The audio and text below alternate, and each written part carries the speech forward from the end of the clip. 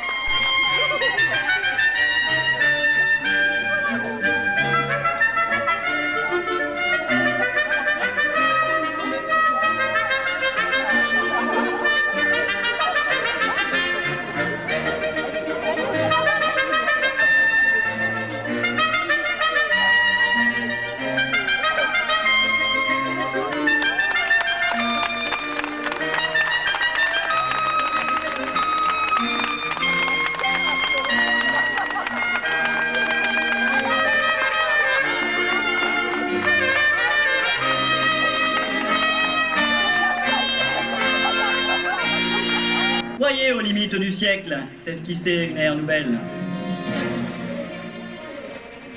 Terre, terre en vue. Par-delà les furies de l'océan se dessine la silhouette d'un monde nouveau, pur et généreux. Brûlé par le soleil, mes yeux sont à jamais privés du spectacle du monde. Libre enfin de toute illusion, mon cœur découvre l'avenir, devine le chemin qui, surgissant des brumes médiévales, nous conduit à la Renaissance. Longtemps ignorés, désormais adulés, les Amériques ont séduit le vieux continent. L'esprit dérangé par tant de charme et d'innocence, il a succombé aux affres de la conquête. Qui êtes-vous, ô mon roi, vous qui conduisez vos sujets sur les chemins de l'histoire? Il n'est pas sûr le sentier de forêt que vous avez choisi pour voyager et laisser votre empreinte.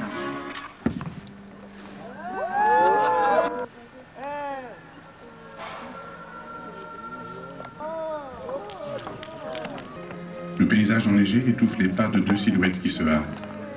Leurs visages disparaissent sous de larges capuchons.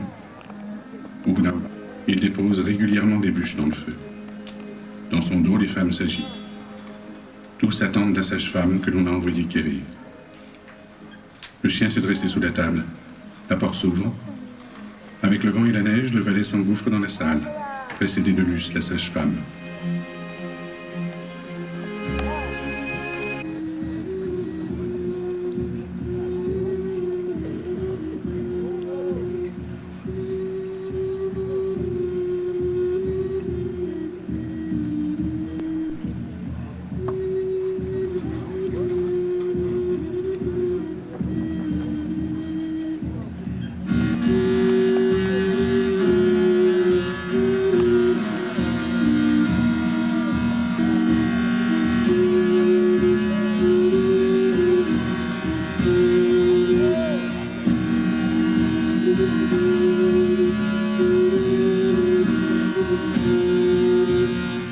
Tandis que la tempête se déchaîne au dehors, un ouragan de vie s'abat sur la famille Bourbon.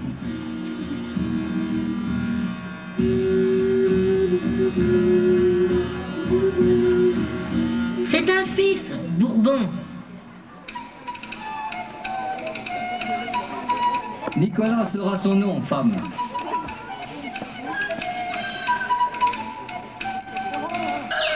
Au bout de cette nuit généreuse, le jour s'est levé. M'apprêtais à aller vous visiter. Dieu m'a donné un fils cette nuit. Il serait impossible de lui donner le baptême. De Nicolas dès demain. Viens me trouver au presbytère de bon matin, accompagné des parrains et marraines. Je vous apporterai une bourse aussi, pour remercier Dieu de m'avoir donné un fils. Ce sera pour notre église, celle que vous allez nous construire au milieu du pré des bons enfants. Va, Bourbon, Dieu te garde. Laisse-moi poursuivre mon chemin.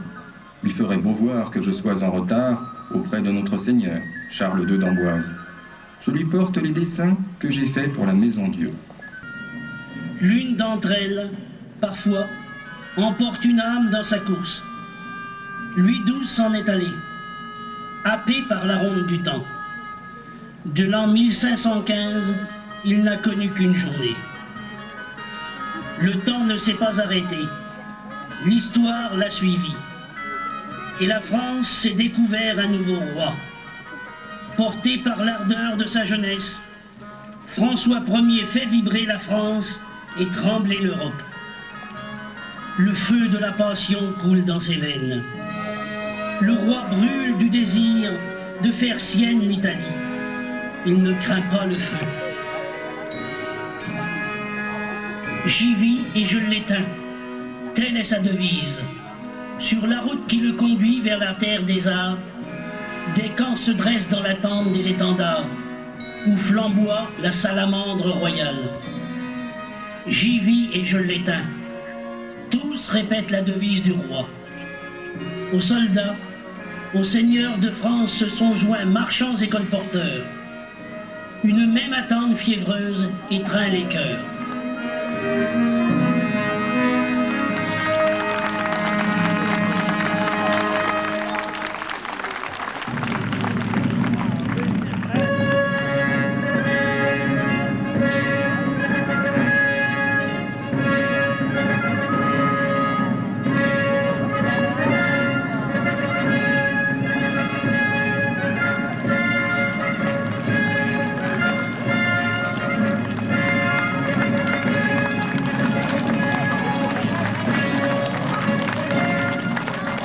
Il arrive!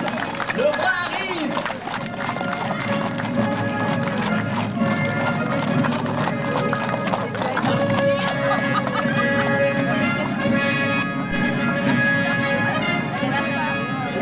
Au détour du chemin, les oriflammes royales battent dans le vent. François Ier, un sourire de contentement aux lèvres, contemple d'un œil satisfait le camp ainsi dressé en race campagne. À ses côtés, le connétable de Bourbon, le regard frondeur, apprécie la scène. Le roi ne prête guère attention aux soldats, ni même à ses vassaux qui viennent le saluer. Il laisse le soin au connétable d'inspecter les troupes. À l'abri d'un chêne, François Ier se retire pour écrire à sa royale mère, Louise de Savoie, dont l'intérêt pour les affaires de son fils n'a d'égal que la confiance qu'il lui témoigne.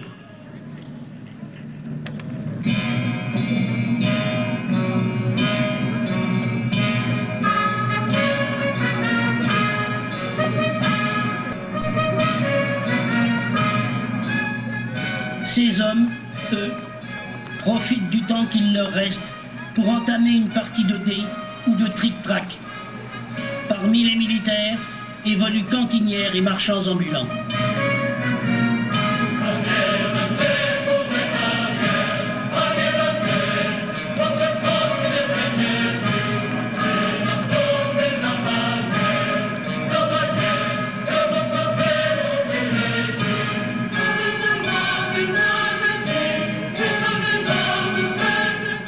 Encore un coup manqué.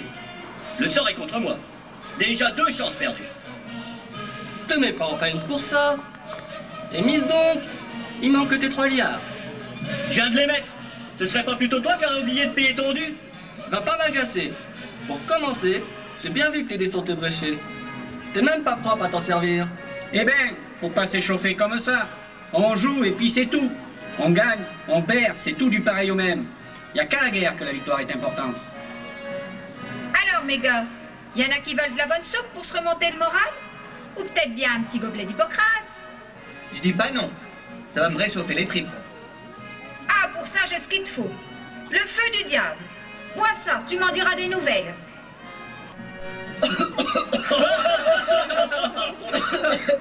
Et alors, t'as pas appris à boire à ta jeunesse? Pour réchauffer, ça réchauffe. Un poil trop même. S'il y a d'autres amateurs, Je vois qu'on s'ennuie pas ici. Vous avez bien raison. On ne sait pas, ça continuera. Il n'y a qu'un moyen pour en être sûr. Achetez-moi une amulette. Patte de lièvre et tête de merle. Pour le courage, c'est souverain. Pas de lièvre. Un animal quoi qui rendrait courageux. Tu crois pas qu'elles vont porter chance aux Italiens plutôt qu'à nous, tes pattes de lièvre? J'ai d'autres choses, si ça te plaît pas. Non, c'est pas la peine. Va voir ailleurs si on y est. Tu nous empêches de jouer. Allez, à toi.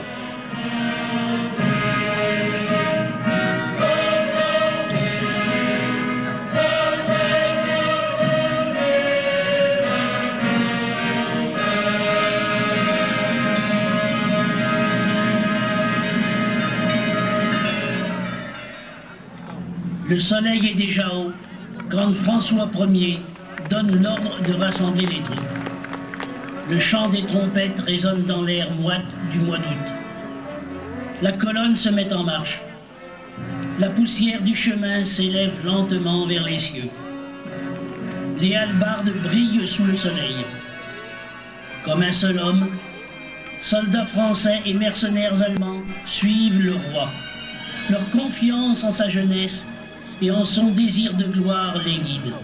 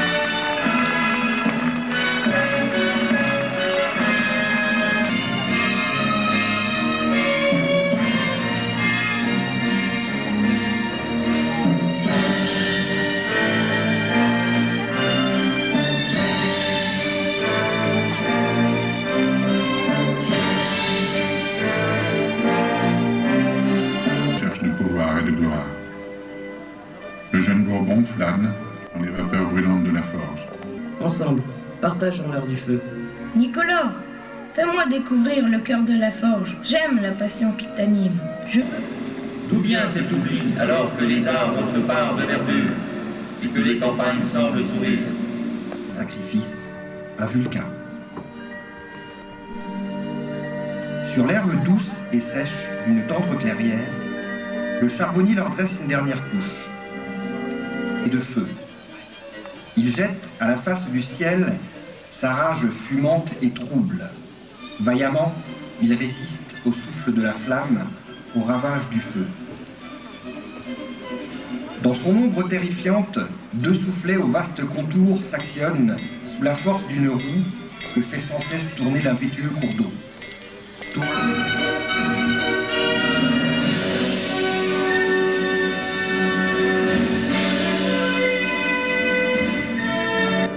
Du travail de l'homme accordé aux grâces de la...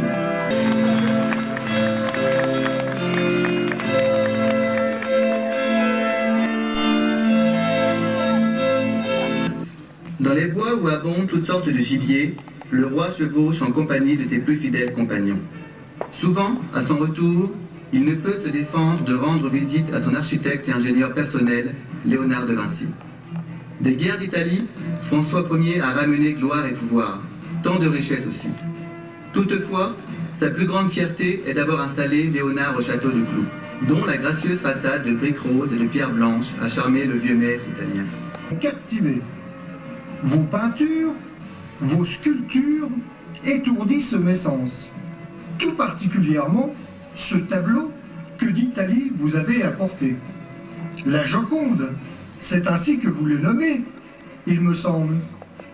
Prendre connaissance des nouveaux dessins que j'ai ébauchés, je puis soumettre à votre majesté ce projet de char couvert, bien protégé et sûr, pénétrant dans les rangs des ennemis avec leur artillerie.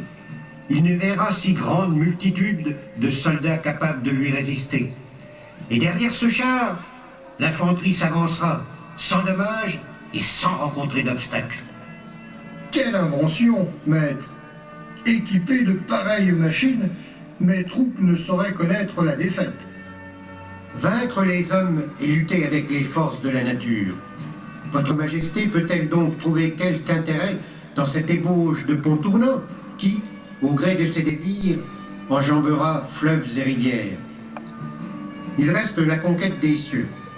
J'y songe depuis longtemps déjà. Votre Majesté peut voir ce dessin de machine volante.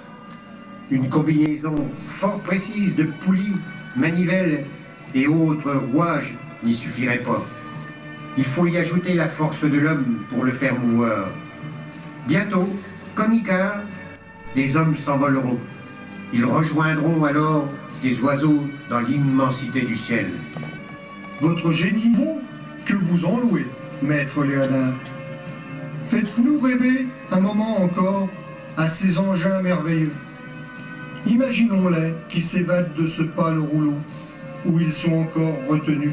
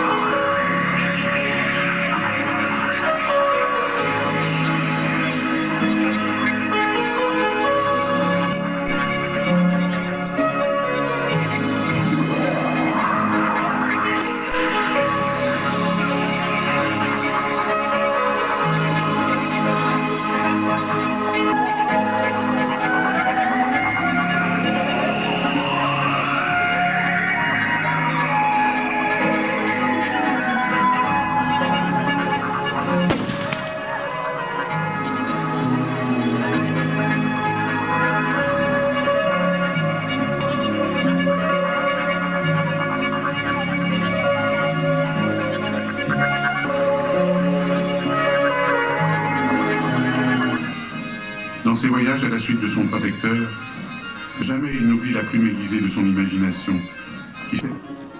Messire, prenez garde. Mille merci, brave homme. À chaque détour du chemin, je me laisse surprendre par ces amas de branchages. De chaque buisson du jardin surgit une salamandre sculptée par vos mains habiles. Je prie, messire, d'excuser ma curiosité. Mon ignorance me pousse à lui demander la raison de tous ces ornements, qui nous ont été commandés pour embellir les jardins de mon maître. N'avez-vous donc pas été informé de la venue de notre bon roi François, mon ami? Non en cette demeure pavoisée avec ostentation, mais dans la campagne voisine, où, rompant avec l'apprêt des jardins ciselés, Sa Majesté doit rencontrer Henri VIII, le fier souverain d'Angleterre. Notre aimé souverain a fait porter à sa suite le logis de ses invités. Quant au roi Henri VIII, il a fait dresser quelques 2000 tentes blanches pour loger sa cour. À ses côtés, le connétable de Bourbon porte ostensiblement son épée nue. Notre roi apparaît en ce lieu du territoire anglais si bien nommé Val Doré.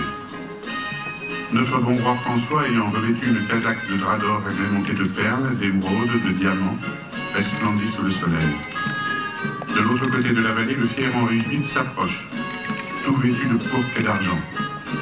Il progresse lentement.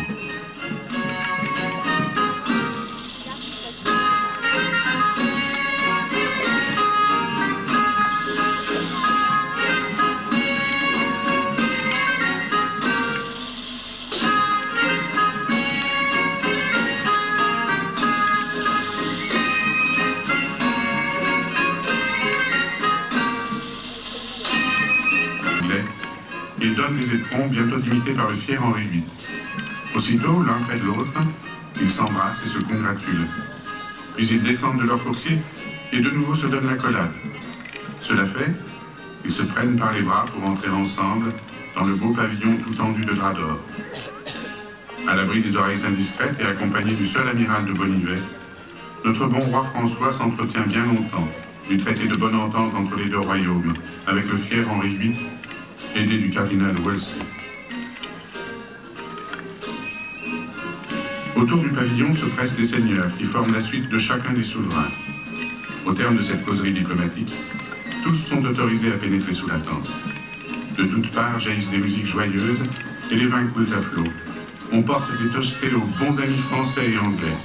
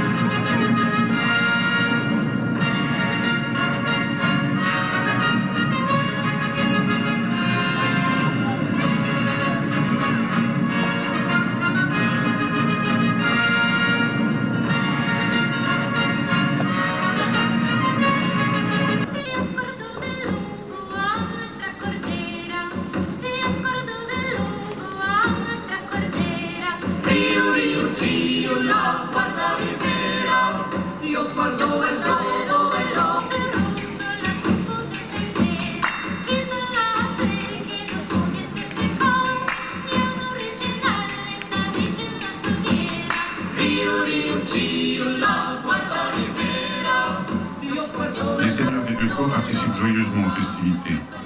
Réunis pour un jour sur un champ autre que celui de la bataille, ils se livrent à des duels amicaux dans la liste qu'on a dressée ou sur les cibles.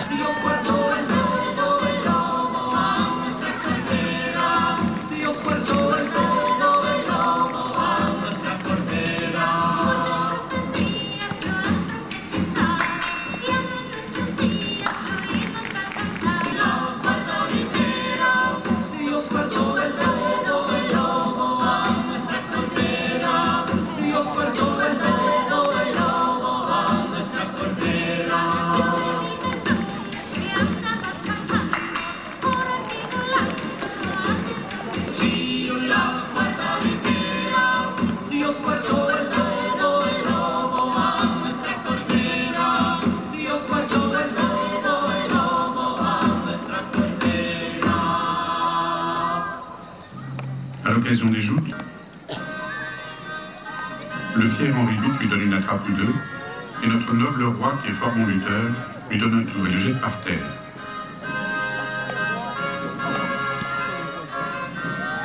C'est ce moment que choisit le connétable de Bourbon pour, à son tour, étonner Henri VIII. Dédaignant la porte, il pénètre dans le champ clos en sautant au-dessus de la lisse, et mettant pied à terre, il offre son destrier au souverain d'Angleterre. Sa Majesté me ferait-elle l'honneur d'accepter ce modeste coursier, en souvenir de cette rencontre avec mon roi?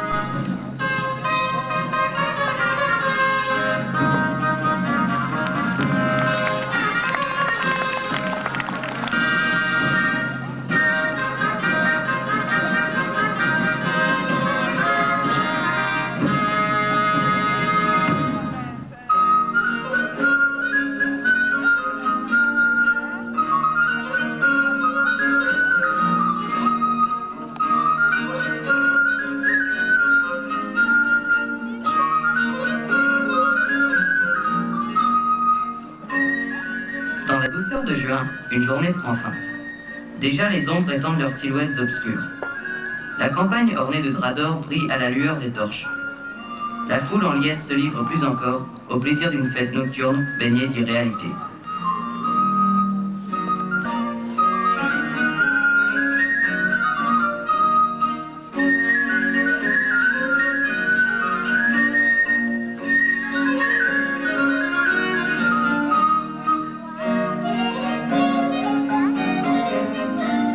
Dans les échos de rire et de musique, notre bon roi François et le fier Henri VIII s'embrassent une dernière fois. Chevauchant côte à côte, ils quittent le Val doré, éblouis par les fastes et les illusions d'une bonne entente.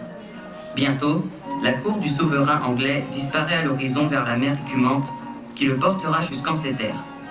De son côté, notre bon roi François rejoint l'île échouée sur la Loire, Amboise, chère à son cœur.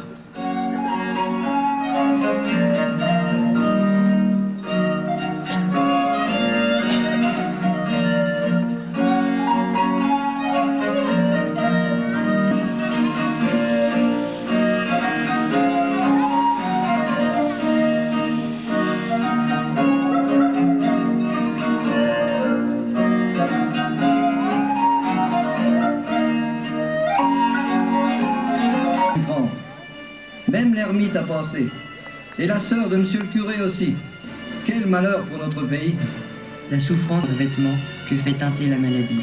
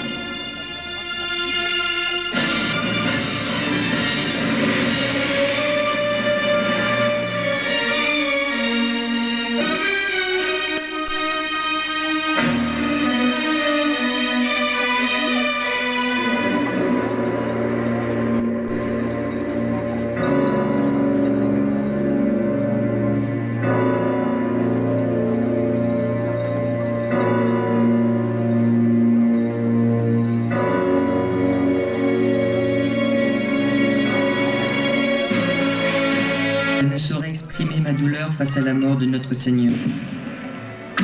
Entre les fentes de son aube, s'approchait une silhouette bien connue. Rejetant son casque désormais inutile, notre bon roi François, avec toute la dignité qui lui sied, tend son gantelet au vice-roi espagnol Lannoy. En chemise, percée de quelques blessures, Sa Majesté est conduite à sa prison.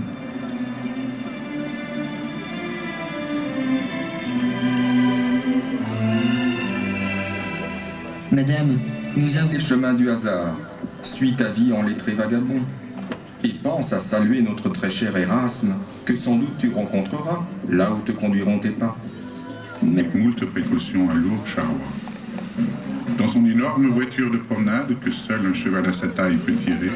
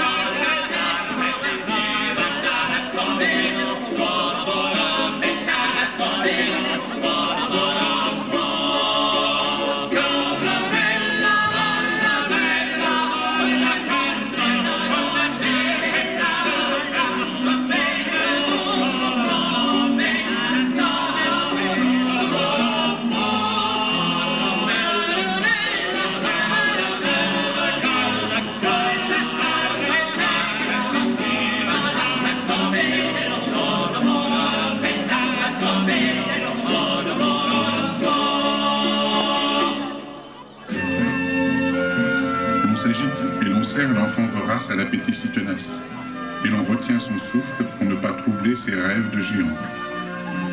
Quand soudain s'élève le ronflement du jeune Gargantua, en silence se remet en route l'énorme charrette et tout son convoi de flacons, de vases à goulot. Le cheval même étouffe le bruit de ses pas sur le chemin, et tout le petit monde du géant Gargantua disparaît dans les rues.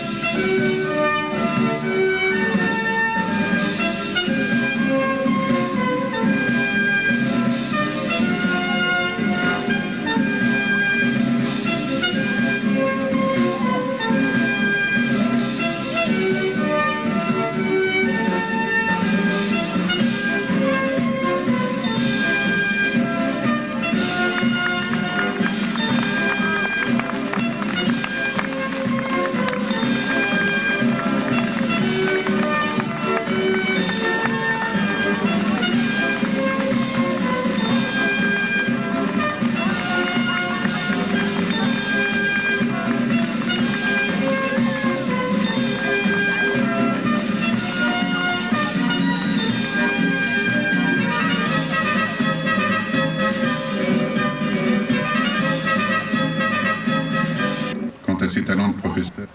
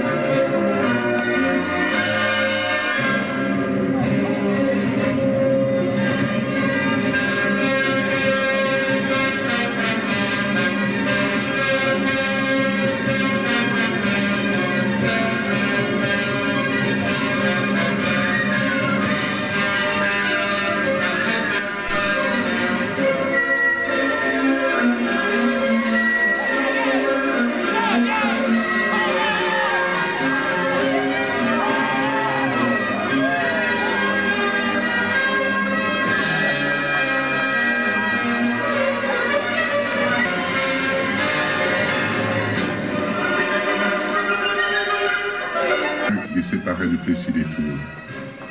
Nicolas Bourbon y est accueilli par Jeanne d'Albret et sa gouvernante, Aimée de Silly. Quelle joie de vous savoir de retour, maître. Avez-vous fait un agréable voyage? Attendre à demain pour sa première leçon. Je vous en prie, maître. Accordez-moi un peu de votre temps avant de vous retirer.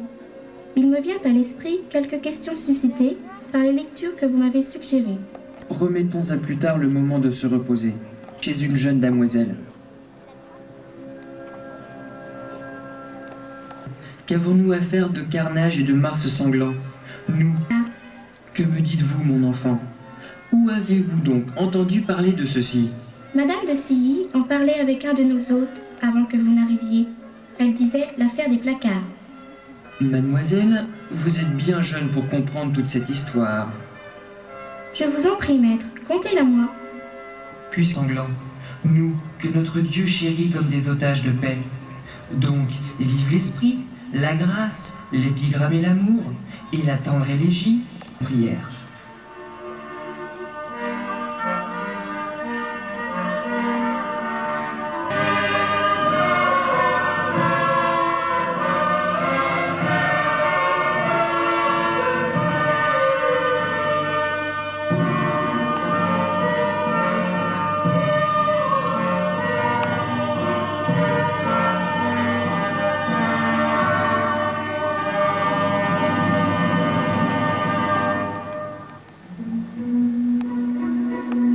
Le soir même, pour donner bonne mesure à ses paroles, Sa Majesté ordonne de dresser 6 bûchers au cœur de la ville. Dans la nuit, désormais, la guerre est ouverte contre la réforme.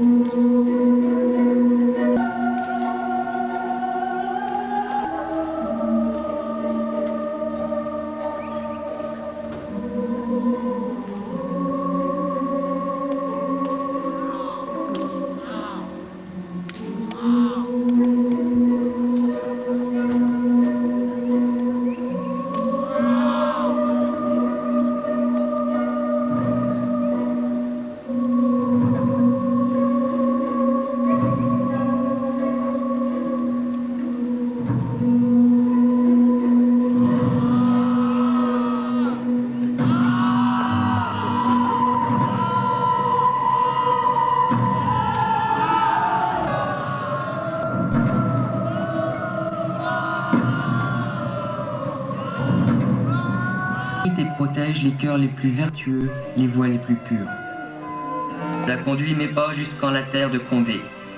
Déjà autour de moi rôde la mort.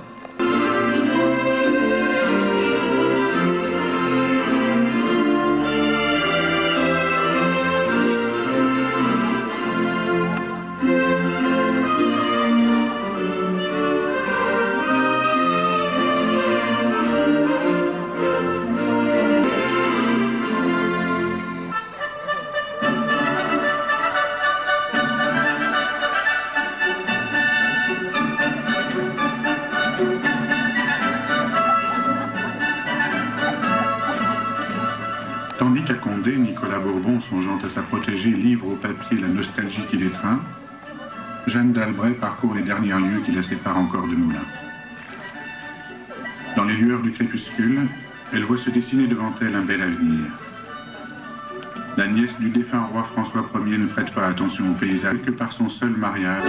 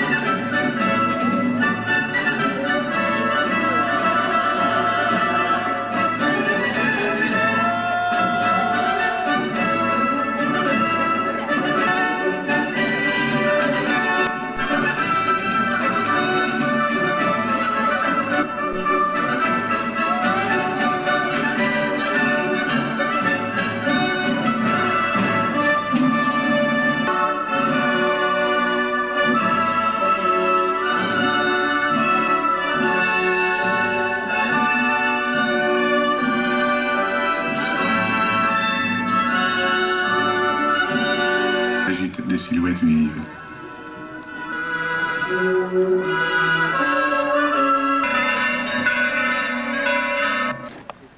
Je vous déclare mari et femme.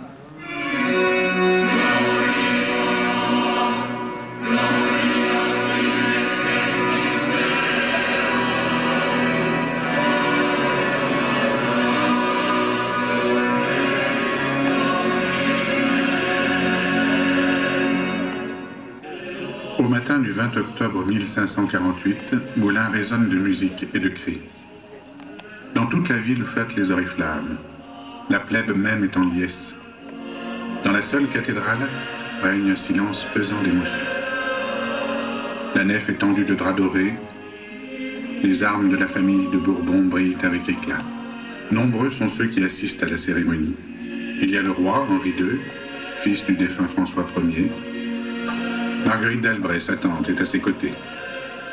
Elle ne peut quitter des yeux son enfant, majestueuse dans son manteau de satin cramoisi bordé d'hermine. Agenouillée devant l'évêque, la jeune femme laisse s'épanouir la corolle de sa jupe d'or et d'argent, garnie de pierres précieuses.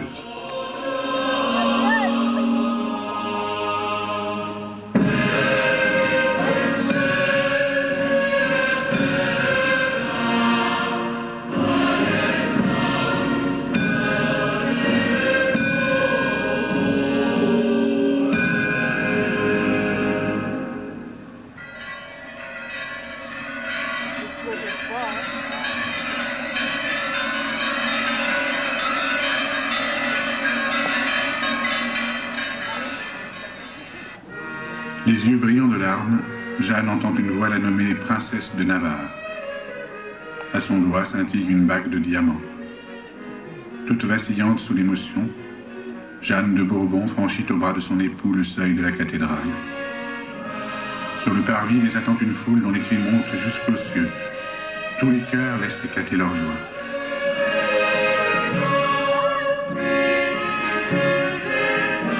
Déjà s'envolent quelques notes de musique. Autour d'une table dressée se tiennent les plus gourmands. Des plats multicolores rivalisent de beauté. Les mets des plus fins s'étalent en d'appétissantes mosaïques. Le vin coule de fontaines échafaudées de grappes odorantes. Au son de mélodies caressantes, unies dans l'allégresse, la noblesse et le peuple se mêlent et dansent ensemble.